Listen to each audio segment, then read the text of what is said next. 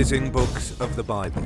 In the year 1684, the Vatican removed 14 books from the Bible. To this day, there is no explanation as to why, and the Vatican is happier with the general population not knowing. There were originally 80 books in the Bible when it was translated from Latin to English back in 1611. These days there are only 66. The missing books are known as the Apocrypha, which in Greek means hidden. The missing books include Esdras, Tobit, Judith, the Wisdom of Solomon, the Songs of the Three Holy Children, Bel and the Dragon, Maccabees, and the Prayer for Manasseh. Even stranger is that Jesus' name was spelled Iesus before these 14 books were removed. The Church changed the pronunciation and spelling. If they had never changed anything, you'd pronounce Jesus' name as Yahushua.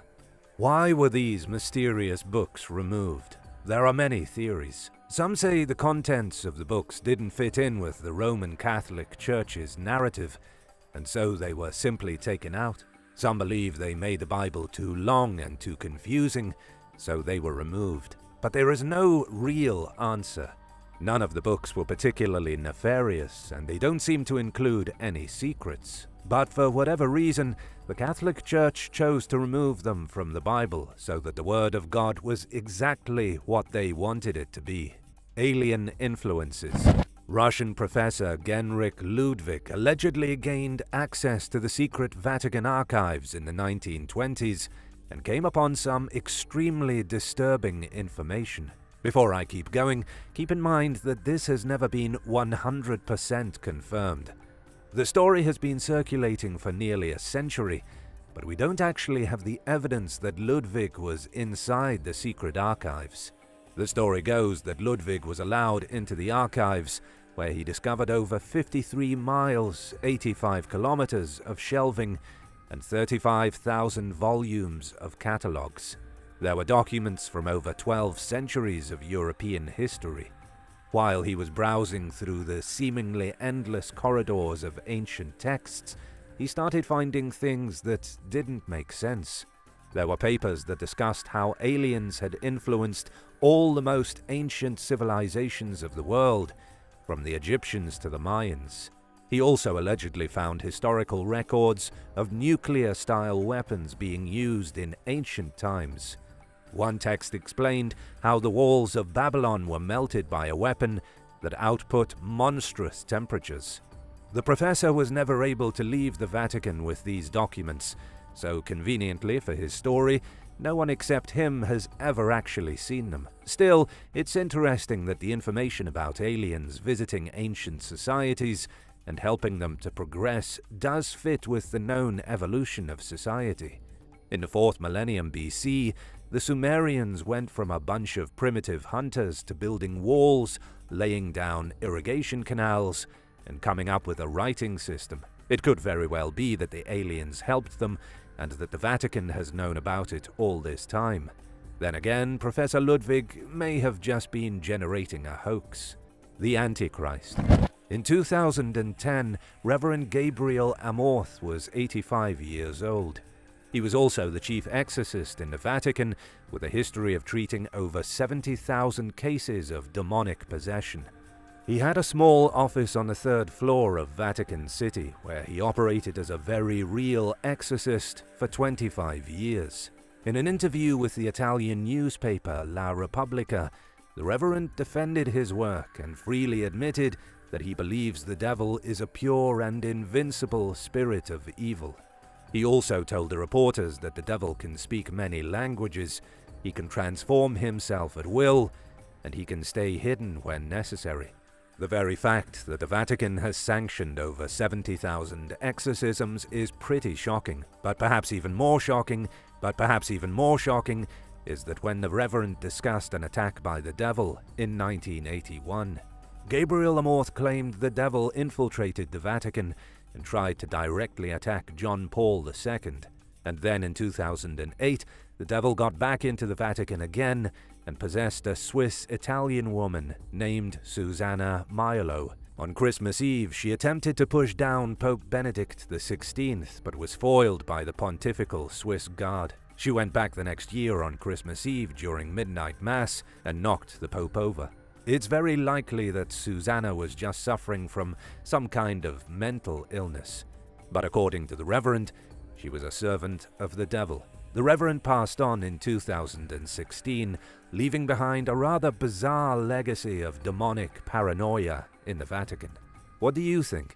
Was the woman genuinely possessed? The Three Secrets of Fatima. The Vatican may look like a simple religious organization from the outside, but they are a lot more mystical than people realize. They have their prophecies and their secrets, most of which they would prefer outsiders to not know about. The biggest prophecy of all was delivered on May 13, 1917. 3 young Portuguese shepherds were visited by an apparition of the Virgin Mary. They were visited 6 times between May and October. Throughout these visits, the Virgin Mary gave the children 3 prophetic secrets. These secrets were apocalyptic visions of the end of the world. After hearing about how the Vatican believes they're under constant attack by the devil, it should come as no surprise that they take these secret prophecies very seriously. Lucia Santos became the speaker for the 3 shepherd girls. In 1941, she finally revealed to the Vatican 2 of the secret prophecies. They were written down and taken away. In 1943, the Bishop of Leiria asked to reveal the 3rd secret, but Lucia refused. She said she didn't think God was ready for her to unveil the secret just yet. But later that year, the bishop had enough and ordered that Lucia write it down. She did, but sealed it in an envelope with directions not to open it until the year 1960. The first secret was revealed by Lucia in her memoir, To Be a Vision of Hell. It's pretty graphic and pretty terrible, and we don't need to go into it here. The second secret had to do with World War I and World War II. She predicted World War I would end, but that another war would quickly follow, should men continue to offend God. And in that, she was right. The third secret is hugely controversial. She gave a vivid description of the persecution of Christians in the 20th and 21st century, along with a vision of the apocalypse. But there are many who believe the Vatican did not publish what Lucia wrote, instead keeping her secret to themselves and making up something to satisfy the public. UFO over Vatican City. In 2007, a mysterious orange disc was spotted hovering over the Vatican. Witnesses saw what can only be described as a silver-orange glowing saucer in broad daylight, hovering over the dome of St. Peter's Basilica. It was photographed, many different people saw it, and then all mention of it was gone. As quickly as it caught the attention of citizens around the globe, the UFO visiting the Vatican was out of everyone's memory. But that doesn't change the fact that it happened. Something strange and seemingly alien hovered above the Vatican for several minutes in 2007. The mystery is trying to figure out what it was and what it wanted. If we consider for a moment that this really was an alien ship, and it really was just lurking above the Vatican, we have to assume they knew each other already. It could be that the Vatican has indeed known about extraterrestrials for centuries. The ship may have been dropping off a dignitary to meet with the Pope. For all we know, the Pope himself could be an alien. But of course, this is all just speculation. There was something strange in the sky that day, but nobody has any possible way of knowing if it truly did come from outer space. Do you really think the Vatican is in contact with extraterrestrial beings? Let me know your theories in the comments, no matter how crazy they are. And don't forget to hit subscribe before the end of the video. The Lost Gospel. There is allegedly written evidence that Jesus Christ married Mary Magdalene and had babies. The evidence comes in the form of a manuscript from the 6th century when it was translated from Greek to the ancient language of Syriac. The manuscript allegedly tells the story of Jesus Christ as an adult, which is never discussed in the Bible. We see his birth and his death, but not the 30 years between. The manuscript tells a story of Jesus Christ as a sexual person who fell in love with Mary Magdalene and had some babies. This is obviously controversial for a whole lot of reasons. Firstly, the manuscript is unreliable. It is a real piece of work that was sitting in the British Library, but nobody really knows where it came from or exactly when it was written. Also, the manuscript paints Mary Magdalene as the daughter of God and the co-redeemer of humanity. In other words, she was just as important to the story as Jesus. But this obviously wouldn't have sat right with the Vatican, who wanted to whitewash Jesus and turn Christians into prudes. Many historians believe Jesus may have lived a much more human lifestyle than the Vatican wants you to think. Profiting from hypocrisy. The Vatican prospers frequently from things they don't believe in. They have a long history of wealth, massive assets, and financial power and influence, despite being a religious entity. As an example, you probably didn't know that the Vatican invested millions of euros in getting the film Rocket Man produced. This seems like a conflict of interest, considering Rocket Man was a film about Elton John finding happiness in his marriage to his husband David, a relationship extremely frowned upon by the church. But even though that's what the movie was about, the Vatican had no problem investing roughly $1 million in getting it made, so that they could get a piece of the pie. But it's a bit more complicated than that. The Secretariat of State is always investing money. In this case, they invested tens of millions in the Centurion Global Fund. This fund went on to back several films in Hollywood. Those investors kicked back money to the Vatican. The Vatican probably didn't know exactly what they were investing in, but they didn't mind taking the money. The Dead Man's Trail. In the year 897, Pope Stephen VI went through a lot of trouble to put a dead man on trial. It was one of the most bizarre things the Vatican ever did, at least that we know about.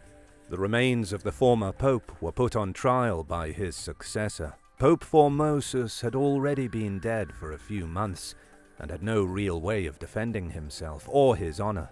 Nonetheless, he was disinterred, put in robes, and then stuck on the papal throne to be handed justice. A deacon was even appointed to speak on behalf of the corpse. What followed will seem like insanity.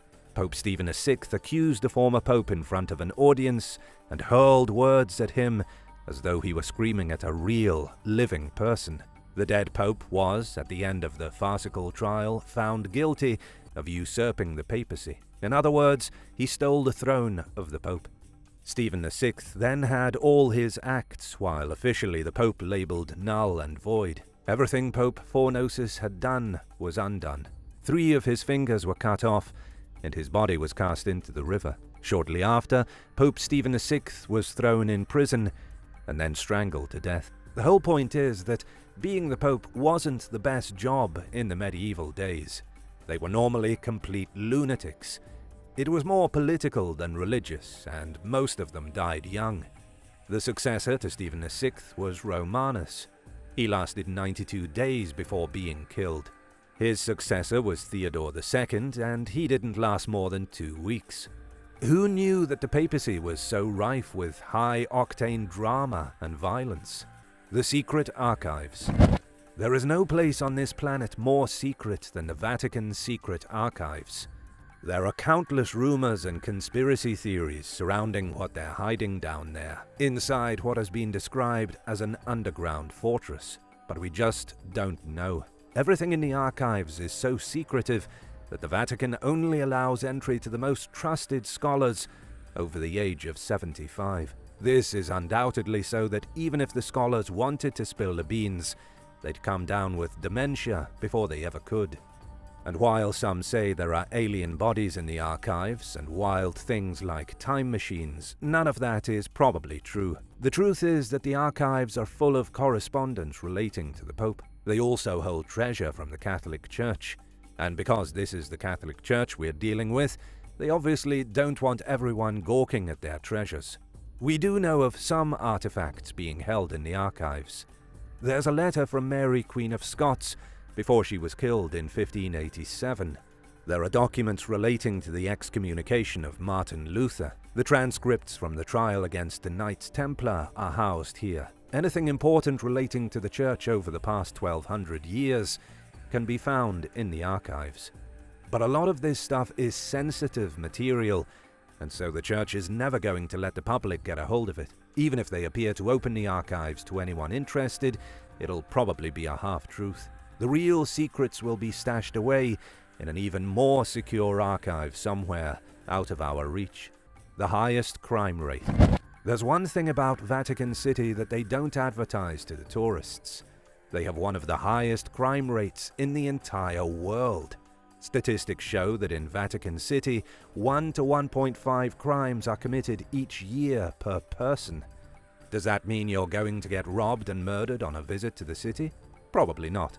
Vatican City has one of the world's highest crime rates per capita, and in truth, this isn't a big surprise, considering they're the smallest country in the world in size and population. There are about 1,000 people living here, mostly nuns and priests, but it's not them committing the crimes. There are 18 million tourists who travel each year to Vatican City. Many of these tourists are criminals. When you stack the pickpockets and shoplifters up against the actual citizens of Vatican City, the crime rate goes way up. Yes, Vatican City has the worst crime rate in Europe. However, it's only because along with being a hub for religious pilgrims, it's also paradise for petty criminals who want to steal your wallet. Iron masks. The people of the ancient world had a bizarre fascination with iron masks. At an archaeological dig in the ancient city of Hadrianopolis, Greece, one such mask was recently discovered. The mask dates back 1,800 years and was likely used by a Roman soldier. It was part of a helmet that would have covered the soldier's entire face in iron, protecting him from getting an arrow through the face. The discovery, however, was found incomplete. Only a small piece of it, nothing but the nose, mouth, and small piece of cheek. But many other iron masks just like this one have been found throughout the ancient world. For example, the Cumanians also wore iron masks into battle as far back as the 13th century. The Cumanians were a confederacy of warriors that ruled a huge piece of Eurasia, about the size of Western Europe, from Hungary to the land of the Mongols. They called themselves the Wolf Khans, and many of their soldiers rode into battle with their faces covered in plates of iron. Their masks were decorated with facial features, nose, mouth, lips, and sometimes even a mustache. Even more interesting is that they were produced in the thousands. These iron masks were probably worn by soldiers, bandits, and mercenaries. But like so many other great civilizations, the Wolf Khans were wiped out by the Mongolians as they spread out of Eurasia and into Europe. Sacrifice in Korea.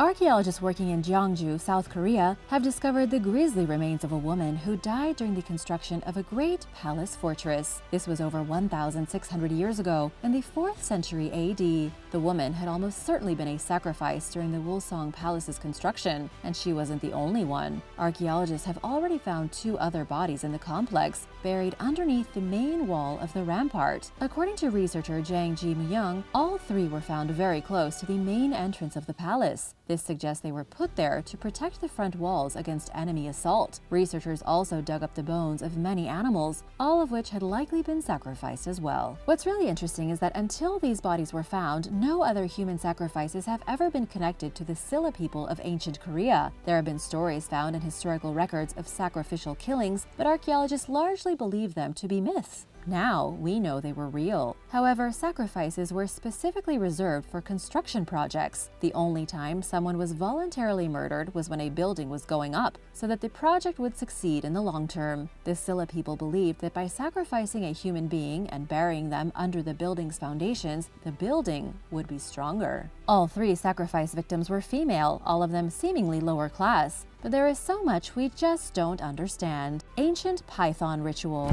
The oldest ritual ever practiced in the world has finally been discovered. A shocking archaeological find in Botswana shows that in Africa, a ritual practice was happening 70,000 years ago. To give some context, that's over 30,000 years earlier than any other ceremony practiced by humans. Even more, it proves that ritual activity didn't start in Europe as previously thought. It was Africans who first performed religious ceremonies long before anyone else. Archaeologists from the University of Oslo made the discovery while doing research in a region of Botswana called Ngamiland. They were researching the origins of the ancient Sand people when they found artifacts from the Stone Age in a group of hills. These hills are the only elevated place for hundreds of miles in any direction. To the ancient people, the hills would have been a place of great importance. Anything out of the ordinary always seemed to draw ancient people to it. The Tsodilo Hills, as they're called, are famous across the world for having the largest concentration of rock rock paintings anywhere. There are over 3,500 paintings, going back about 1,500 years.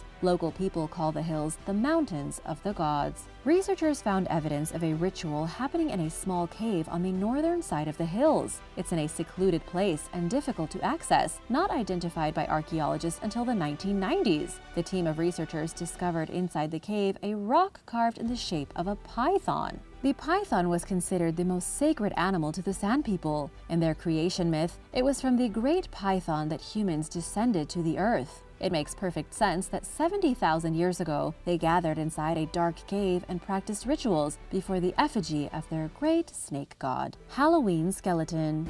On the Hill of Ward in Ireland, one of several places in the country considered to be the birthplace of Halloween, something ghoulish was found. During an excavation at the site in 2014, researchers found the skeleton of a baby. The skeleton dates back 3,000 years, to a time when the Hill of Ward was used in the Celtic celebration of Samhain. For those unfamiliar, Samhain, or Samhain, was the original holiday now celebrated as Halloween, a Celtic festival that marked the end of the harvest season and the beginning of the darkest part of the year. Dr. Stephen Davis, the lead archaeologist on the project, says the child was probably not the victim of sacrifice. This might be a little surprising considering we're talking about the original Halloween. Davis also says we'll probably never know what the cause of death was. The infant's skeleton was found buried in the bedrock at the base of the ditch, along the outskirts of the festival grounds used in 1000 BC. But the skeleton is in such poor shape that it's impossible to say what exactly happened to it. Could the child have been part of the festivities, or was it just buried there by coincidence? We know the site was used by Celtic priests and ancient druids during Samhain for animal sacrifices to their pagan gods, but never has a person been found sacrificed, and certainly never an infant. What do you think? Unfortunate coincidence or something more sinister? Neolithic crimes.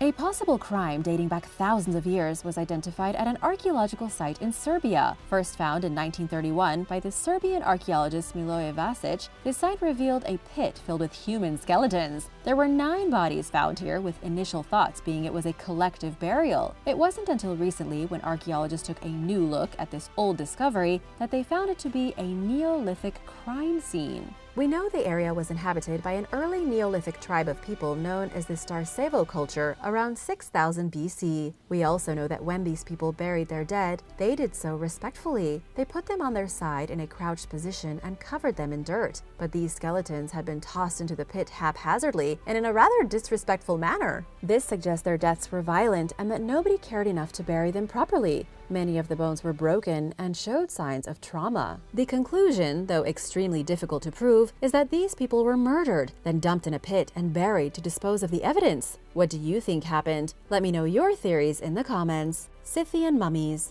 The ancient Scythians buried their dead, at least their most important dead people, in megatombs hidden underneath burial mounds. Throughout the steppe region, which stretches from the northern borders of China all throughout Siberia, Kazakhstan, Mongolia, into the Black Sea, there are tens of thousands of these remarkable burial mounds. Throughout the years, all kinds of amazing artifacts have been excavated from mysterious Scythian tombs, but by far one of the most ghoulish discoveries came from high up in the Altai Mountains in southern Siberia. Archaeologists discovered proof of mummification. When they opened up an icy tomb, they found a corpse covered in tattoos. Whoever this person was, they had been very meticulously dissected. Their entrails were pulled out of them and replaced with straw. In the end, they were basically turned into scarecrows, with all their squishy parts taken out and filled in with stuffing. But it's even more gruesome than that. Even their brain matter had been taken out through small holes cut in the sides of their skulls. They somehow vacuumed out their brains and then stuffed straw into their heads. When they were finished, they sewed up all the cuts using animal tendons.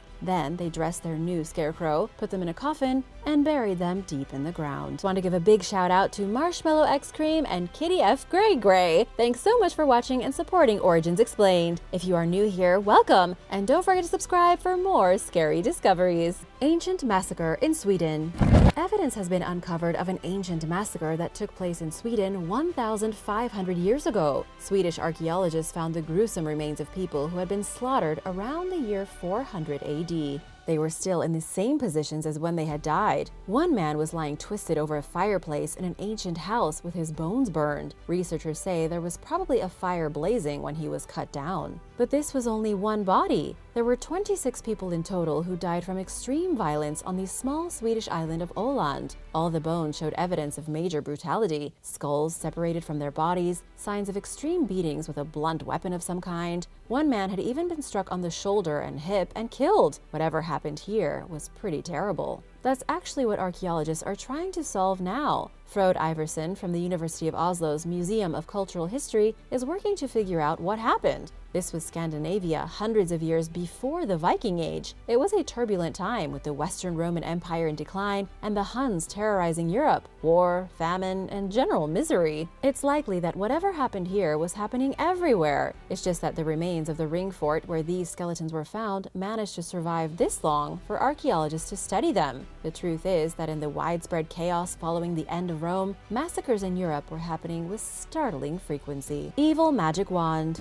In Syria, a magic wand was discovered near an ancient graveyard. Archaeologists say the wand had likely been used in spooky funeral rituals. Everything about this case is strange. First of all, the wand is believed to be 9,000 years old, and that's just the beginning. It was discovered in a graveyard containing the bodies of about 30 people. And when I say bodies, I mean that quite literally. Their heads were discovered in a different structure nearby that may have been a living space. Finally, the staff was carved with 2 human faces on it, as if that wasn't the creepiest thing ever. Even archaeologist Frank Bramer called it a very unusual and unique discovery. We know very little about this archaeological site called Tel Karasa. What we can say for sure is that some of the first farmers in the world lived here, that there was a settlement built a very long time ago, and that they practiced a lost religion. Excavations revealed the wand in 2007, with experts saying it was almost definitely used as part of a funeral ritual. But nobody knows why bodies were buried without their heads, or what kind of ritual was being practiced, or if the two were somehow connected. Maya dental modification.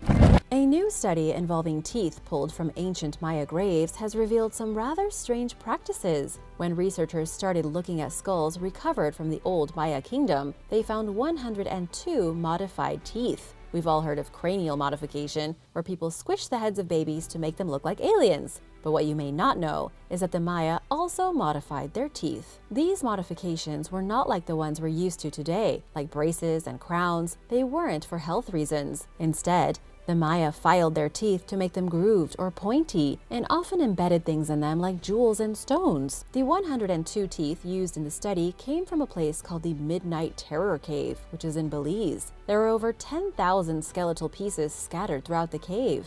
Researchers believe it was some kind of public ritual location where anyone could come and make a sacrifice. Because of this, there are plenty of teeth scattered across the cave floor. But even though researchers were able to document so many weird modifications, they still don't know why it was popular. Some people filed their teeth until they looked like monsters. Some people didn't do anything except put gems in them. It's all quite random. They may have done this for ritualistic purposes, maybe for intimidating their enemies, or even just to identify with a certain tribe. Why would you modify your teeth? Let me know in the comments below. Buried alive. When archaeologists were investigating tombs of a wealthy clan in China from 3,000 years ago, they found something pretty awful. In the ancient city of Yinshu, what was once the capital of the Shang dynasty, warriors and horses were sacrificed. It was far from pleasant, with these people and animals being suffocated to death when they were buried alive. There are approximately 24 tombs in this ancient graveyard. The ruins go back to around 1600 BC, to the very first dynasty that ruled China. The tomb complex was found to have pits full of old war chariots, as well as the skeletal remains of horses that pulled them, and the warriors who rode them. The warriors were wearing hats decorated with shells, and some of the horses had been decorated with gold veneer. It's believed the city was home to the most powerful clan of its day, the Sea Clan. Evidence shows that when the most powerful clan members died and were buried, a great funeral was held for them. To ensure they didn't go defenseless into the afterlife, warriors and horses were buried alongside them while still alive. These people were dressed up in their finest garb, decorated in gold, and then slowly suffocated. The warrior likely would have sat on the back of the horse while they were slowly being covered over in dirt. Mulberry Harbours. In what became famously known as D-Day, 156,000 Allied troops stormed the coast of Normandy, France, on June 6, 1944, on a mission to free the country from Nazi control. It was the largest seaborne invasion in recorded history. The Allies installed portable harbors at Omaha and Gold Beach to facilitate the rapid offloading of supplies, troops, and vehicles. Known as Mulberry Harbors, these structures were developed by the British military and towed across the English Channel in sections. They were assembled at their respective destinations. Each harbor consisted of steel roadways that floated on steel and concrete pontoons. The original plan was to use them for 3 months, but the harbor at Gold Beach, known as Mulberry Harbor B or Port Winston, ended up being used for 10 months. It unloaded as much as 18,000 tons of supplies daily. The harbor's remnants can still be seen today, making them a fascinating remnant of a chaotic period of modern history. Mulberry Harbor A had a much shorter lifespan. It was only partially built when it was severely damaged in a storm, and it was abandoned the same month the harbors were put in place after barely being used. Bunker inside a Roman fort. One of the best preserved Roman forts in Britain can be found in the Channel Islands at Alderney Nunnery. It was built during the 4th century and went on to serve as a fort and barracks during medieval times, before ultimately becoming a Nazi bunker during World War II. The site's history is just now coming to light, even though excavations began during the 1930s. Archaeologists recently confirmed their long-held suspicions that the site dates back to the Roman era. They determined that it was probably built shortly before the empire collapsed. At the time, the Romans were probably in a panic as they scrambled to protect their territory against invaders. The site's 10-foot-thick, 3-meter walls made it ideal for military use even 1,500 years after it was built. When the Germans took control of the Channel Islands in 1940, they evicted the entire population. They then built fortifications, bunkers, tunnels, and 2 forced labor and concentration camps in the region. Excavations are ongoing. Archaeologists recently unearthed several features that the Nazis implemented after they seized the islands, including buildings and drains. Evidence shows that the Germans installed a bunker within the walls of the Roman fort. They left one area alone completely, however. Known as the Sun Room, it may contain important details about what happened to the site after the Roman Empire collapsed. Experts have started to wonder if there was once a convent on the property. It'll take them some time to figure it out as they continue to examine the history behind the jumbled mass of artifacts and buildings at the site. An unmarked soldier's grave and sunken airplane. In late September 1944, the Allies launched Operation Market Garden, which sought to free the Netherlands from Nazi control and encroach on northern Germany. Thousands of paratroopers landed on key bridges and liberated several parts of the country. Somewhere between 15,000 and 17,000 soldiers died during the mission. While searching a field recently in the municipality of Best, a Dutch treasure hunter's equipment detected ammunition and a military tag belonging to a German soldier who was buried in an unmarked grave. His remains were found at the bottom of a foxhole, but there were no other bodies or military equipment nearby. The Salvage and Identification Service of the Royal Netherlands Army is investigating the case and may be able to determine who the soldier was by his identification tag. The discovery came just days after news broke that an amateur diver named Mark Sarrazin had found a World War II-era plane at the bottom of Lake Simon in Quebec. Police told the local press that Sarrazin had captured images of an object that could resemble an airplane. The Canadian Army also got involved in the investigation. Sarrazin claimed that he saw bodies and kerosene barrels on the plane and that he hit the propeller. He was unable to share images and footage of the discovery while the authorities worked to confirm it. They haven't yet announced whether Sarrazin's suspicions about it being a World War II-era plane are correct.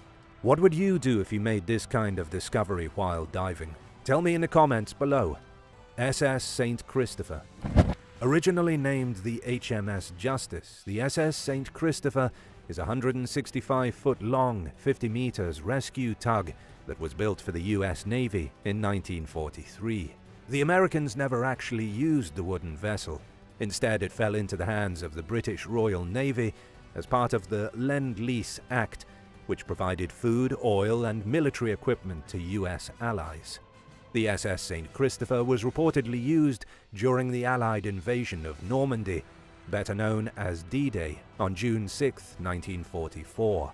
After the war ended, it was returned to the US Navy, which then sold it to a private buyer. The boat ran aground during the 1950s and encountered engine and rudder problems. It was grounded at Beagle Channel in Ushuaia at the southernmost tip of Argentina. Nicknamed the End of the World, the area is famous as the world's southernmost city. The St. Christopher lies partially submerged in exactly the same spot where it was left nearly 65 years ago. Since then, it's become a tourist attraction. It's lit up at night, but nobody is allowed to actually board the heavily damaged boat, which looks like it could finish sinking into the water at any moment. A hidden tank. Back in 2015, police in Kiel, Germany received a tip about a local resident having a cache of Nazi weapons in his basement. The 84-year-old man's illicit hoard had been discovered during a previous search for stolen Nazi artwork. Authorities found dozens of rifles and machine guns, over 1,000 rounds of ammunition, and a 40-ton Panther tank inside the man's home. They also seized a torpedo and an anti-aircraft cannon. It took a group of 20 soldiers 9 hours to get the tank out of the house. Germany's War Weapons Control Act regulates the manufacture, sale, and transport of weapons of war. Whether or not the elderly collector violated the law depended largely on how operational the weapons were. The man claimed that the tank was just scrap metal that he bought in England, and his lawyers argued that the items weren't functional, describing them as demilitarized historical museum objects. The court ruled that the man had broken the law and gave him a suspended sentence of 10 months. In the meantime, they've given him 2 years to find a museum that's willing to take the tank and the anti-aircraft cannon. He was also ordered to pay a fine of 250,000 euros, 297,000 US dollars. How do you think this man managed to keep an entire hoard of Nazi weapons hidden from authorities for so long? What do you think of collecting items like these? Tell me your thoughts in the comments, and make sure you like and subscribe to the channel as well. A Japanese bomb in an American yard.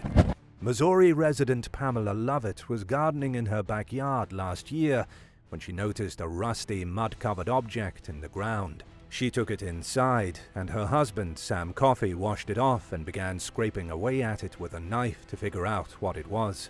Lovett noticed Japanese writing on the object and immediately yelled at Coffey to stop what he was doing because he might have a bomb in his hands. Using Google Lens, the couple confirmed their suspicions.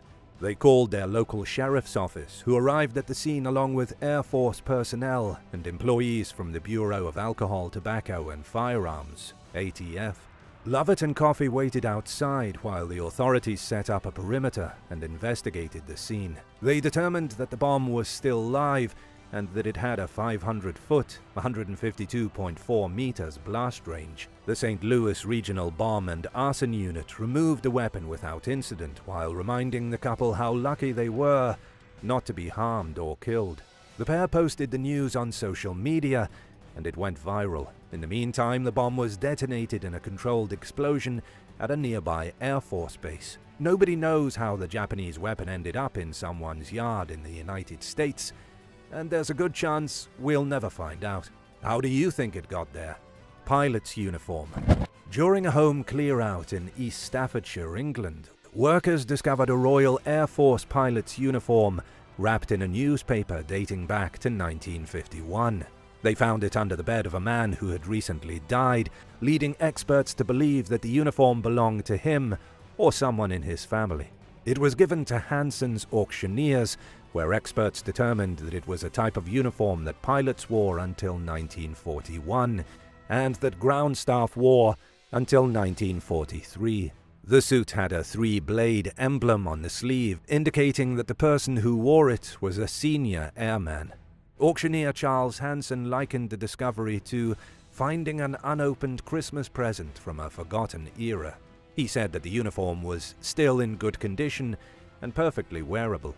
The newspaper that it was wrapped in was also telling of the era. It included ads for pianos for sale, dance classes, and a motorbike. There's also an article titled, "What the Boss Looks For in the Ideal Secretary." It cautions women against wearing red nail polish and advises them to know which biscuits to serve with tea. The uniform was slated to be auctioned off in September for somewhere between £200 and £300. SS Bloody Marsh. 78 years ago, on July 2, 1943, a German U-boat fired a torpedo and struck an oil tanker called the SS Bloody Marsh, roughly 100 miles off the South Carolina coast. The ship was hit during its maiden voyage while carrying nearly 5 million gallons of oil from New York to Houston. 3 crew members died. Everyone else scrambled for life rafts. They were lucky enough to escape by the time a second torpedo struck the ship, breaking it in two and causing it to sink rapidly. Finding the wreck was important to the National Oceanic and Atmospheric Administration, which harbored concerns that the Bloody Marsh could be leaking oil and added it to their potentially polluting wrecks list. A team of scientists tried but failed to find it during the agency's 2019 Windows to the Deep expedition, when they investigated a possible target and instead encountered an underwater rock outcrop.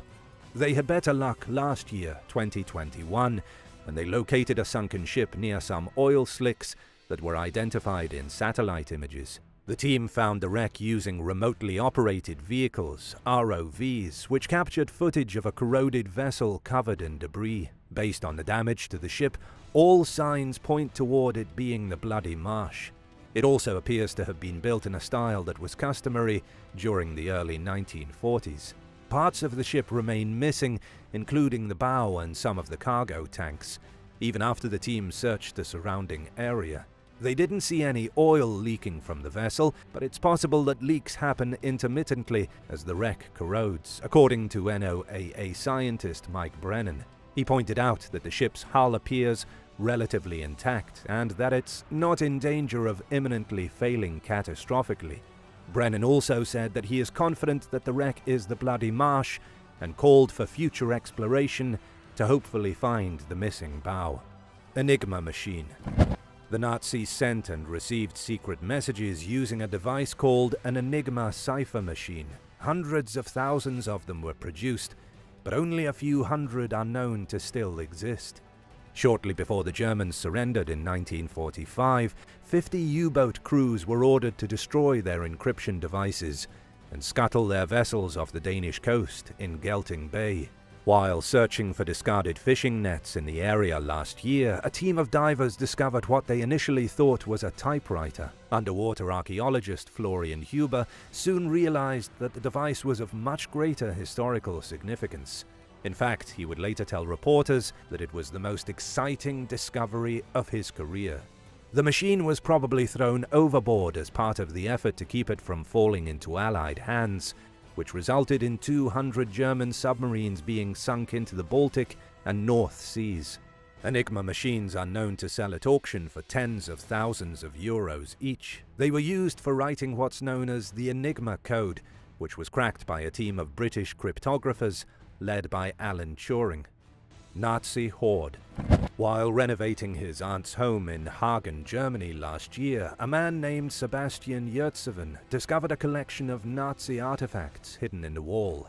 It contained documents about the National Socialist People's Welfare Organization, a branch of the Nazi Party that evacuated children to rural areas and distributed food and gas masks to civilians. The agency also ran a clothing donation program and provided vaccinations, exams, and other medical care to those who needed it. It boasted an estimated 17 million members by 1943. Yurtseven's family didn't yet own the home, which served as the NSV headquarters. Historians believe that someone hid the trove of paperwork as American troops advanced on Hagen in 1945. Some of the documents date as far back as 1928. There are few surviving original sources on the NSV, making the discovery especially useful for learning about the organization's inner workings. It was dissolved after Germany's defeat under a policy known as Law No. 2, which was implemented by the Allies. The Yurtseven family bought the house during the 1960s. They had no knowledge of its past affiliation with the Nazi Party. Staff from the Hagen City Archives took the items for further study, with plans to eventually display them in a local museum. What would you do if you discovered a trove of documents associated with Nazi government or social movements hidden in your walls? That's all for today. Thanks for watching. If you enjoyed today's video, be sure to give it a thumbs up, and while you're at it, don't forget to subscribe. I'll see you next time, where we'll cover more awesome historical content.